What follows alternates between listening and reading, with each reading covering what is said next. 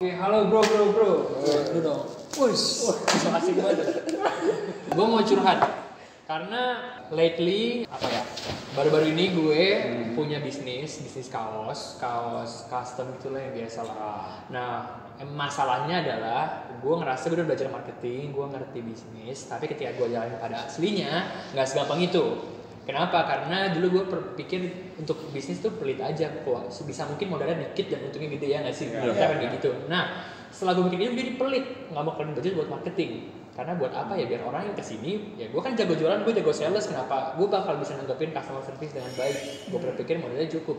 Dan pas gue bikin contohnya Instagram, anehnya sepi gitu loh. Dan walaupun udah sepi, gue coba mainin harganya, gue ganti-ganti nama judul profilnya, bahkan gue udah sewa endorser, akhirnya keluarin budget, tetap sepi gitu loh. Nah, gue tuh sebenarnya bingung masalah gue di mana gitu loh. So gue mungkin kalian bisa kasih pendapat juga, menurut kalian tuh kenapa sih? Ini contohnya gue kasih lihat nih, Instagram gue tuh kayak gini.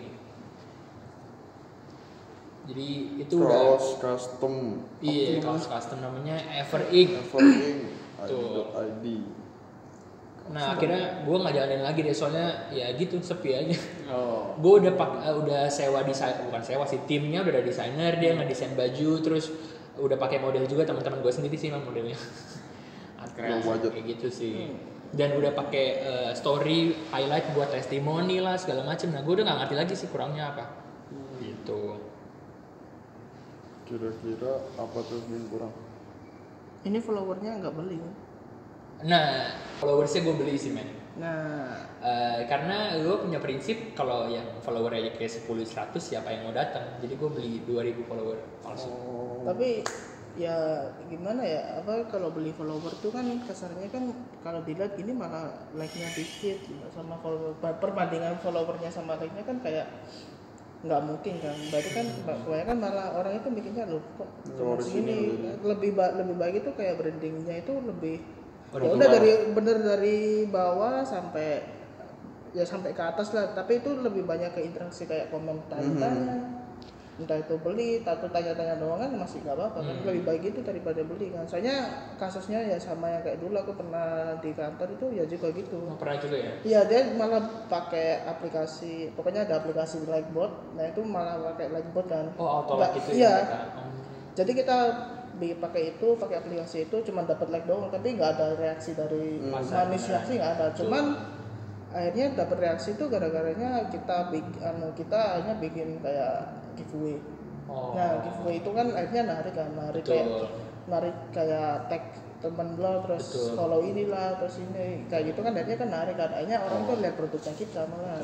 Kalau itu lebih enak gitu daripada harus beli follower kan, dilihat like-nya loh kok cuma segini, nggak ada interaksi kan.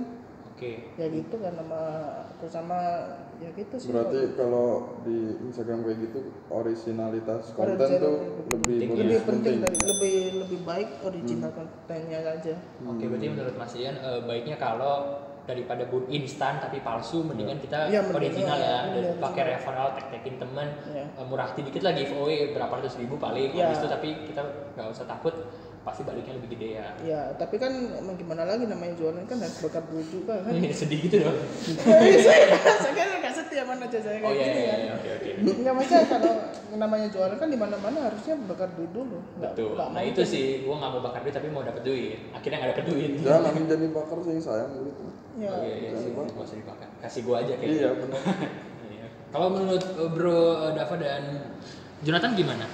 Kalau gue sih mau nanya sih ke lu, kan lu udah ada basic bisnis kan. Oke. Nah, terus lu juga udah di IBIK kan, udah dapat ilmu soal ya marketing dan lain-lainnya. Ya.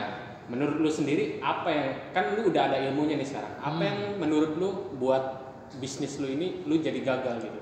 Oke, menarik. Jadi mempelajari kesalahan gue sendiri ya. Nah, apa sih sebenarnya supaya kedepannya bikin bisnis lagi nggak jatuh. Yap. Pastinya gue akan lebih royal untuk budget marketing, karena baru-baru ini tahu ya, berani for marketing returnnya pasti gede. Contohnya gue pasti pakai ads. Gue akan berani ngeluarin tuh Facebook ads dan Instagram ads, karena gue juga udah ngerti sekarang cara nentuin persona tuh gimana sih, target customer gue seperti apa, page apa yang mereka sukain, behavior sikap mereka tuh gimana, gue udah ngerti sekarang. Dulu tuh gue juga udah selain pelit kan nggak ngerti, daripada keluarin budget sia-sia, jadi mending nggak pakai. ternyata sia-sia juga walaupun nggak pakai gitu sih. Jadi pastinya itu. Dan selain bikin ads, gue akan bikin website karena ketika orang mungkin bisa kebangun kepercayaannya secara psikologi ya, karena ketika mereka ngeliat website itu profesional, oh ini benar ada company-nya jelas. Karena kredensial atau company profile selama ini gue kiriminnya via chat kalau mereka nanya. Nah itu kan harus tanya dulu baru gue kasih gitu loh. Sedangkan kalau gue udah pamerin dari awal, mereka tinggal klik linknya. Lebih aware gitu. Betul, bisa ke sana. Akan lebih berani sih gue keluarin budget buat marketing tentunya. Dulu gue masuk ke Facebook pakai juga tuh, tapi masuk ke komunitas doang. Jadi numpang komunitas orang, belas-belasin aja tuh sembarangan. Jadi mungkin iya kayak sekali ngeblast 20 komunitas. Tapi nggak mau pakai ads ya, karena tadi daripada bingung gue ads keluarin duit buat apa sih sebenarnya ads. Nah sekarang malah gue nyesel karena sekali boom ads itu yang lihat kan viewer pasti banyak banget kan. Returnnya ke depan. Nah ini aja yang follower asli paling 100. Tiap kali gue ngepost yang lihat paling 100 orang kan. Kalau gue pakai ads sekali jebret 10.000 orang, 20.000 orang. Ya ngomongin brand ntar dulu deh, tapi yang penting dia lihat dulu. Dia sekarang nggak dilihat. Gue dulu kenapa nggak mikir, gue juga bingung sendiri sih.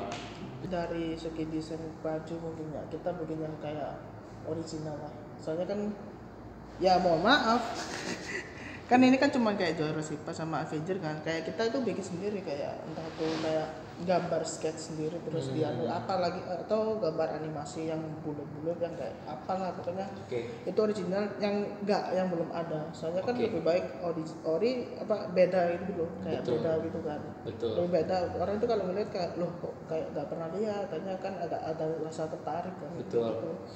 Sebenarnya kalau ini lebih ke produk sih sebenarnya. Jadi dia bukan nge-branding loh. Jadi katalog ya. Iya, dia ngejual produk bukan ngejual brand dia, ngerti enggak? Iya, foto. Jadi lebih ke produknya gitu. Daripada gua upload gitu. Iya, upload doang kan akhirnya kan kayak ya apa? Nah, ini kan di baju apa di toko sini ada mungkin ngapain harus beli online kan gitu. Kan dia kan biasanya kan di toko-toko yang kayak entah itu di mall atau di kios-kiosan biasanya kan kalau baju kayak Jurassic Park kan malah ya ada kan berapa yang beli di sini mending di sana kayak jadi gitu dong nih bajuku harus beli di gua. Ya mohon maaf. Saya tadi itu mohon maaf. Oke. Kalau gue sih lebih ke ininya sih apa? Ya bener tadi nge-brandingnya.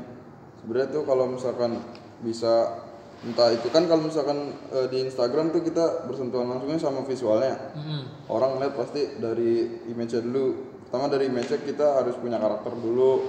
Terus kan dari sini juga logonya masih agak kurang menarik kan, cuma kayak gini doang kan. Jadi orang tuh nggak inget gitu yang bisnis lu ini kayak apa gitu, maksudnya keunikannya apa. Bahkan ini bukan logo yang gue taruh di itu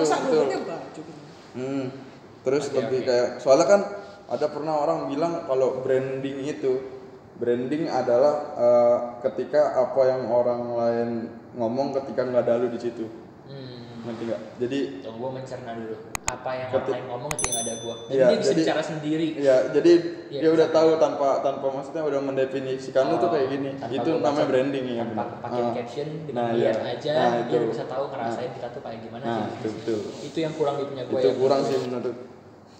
Atau kalau emang gitu kan ini kan campur kan katalog di bawah yang di atas malah fotografi atau enggak kayak kebanyakan kan sekarang kan bikin 2 Instagram atau 3 kan kayak yang satu katalog yang satu itu kayak lifetime-nya di kantor ataupun apa lifetime-nya pokoknya lifetime-nya betul jadi bisa ya biar yang satunya biar kayak gini yang kayak fotografi ini kan nggak masalah itu mending kayak gitu nggak apa-apa soalnya kan kalau kayak gini kan kayak gini yang di atas foto tuh terus ini lifetime-nya kantor terus barunya yang di bawah katalog kan orang kan lihatnya yang nanti lu puyeng ya? Ya nggak puyeng sebenarnya kan orang kan bingung loh ini jualan kok timnya ikut juga kayak gitu maksudnya kayak gitu. Iya. Dulu gue mikirnya sih kenapa begini karena biar simplify biar orang sekali buka ngeliat semuanya. Ternyata customer melihatnya malah beda ya. Justru mereka lebih pengen kalau gue melihat foto aja, testimoni aja.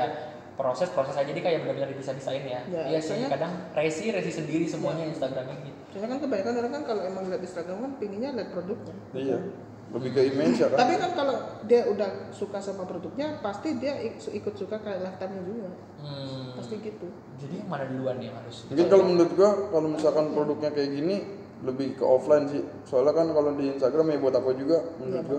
Iya tadi saya bilang kan. Mau ngapain? Iya, di mau sini ngapain? Ngapain beli di Instagram di toko sih ada terus di lebih ke offline sih. ada kan gitu. Makanya kan kita kan ngebul originalitasnya. Kan sekarang kan kayaknya kebanyakan desain baju kan kayak tulisan doang kan, kayak tulisan kata-kata doang kan. Itu pun udah laku meskipun di tapi kan itu originalnya mereka sendiri, kata-katanya mereka sendiri bikin. Kecuali emang kalau lebih ke vendor tuh baru Oh apa iya, maksudnya. ada gambarnya dikit ataupun Berarti kalau mau main online lebih baik yang gak ada di offline ya. Iya. Yang benar Iya, walaupun benar. sejelek apapun itu nanti nomor 2 yang penting Iya. harus original, Iya, original. gak ada di offline dan ya harus ada pembelaannya lah ya ibaratnya. ya Bikin Oke, website oke. tuh.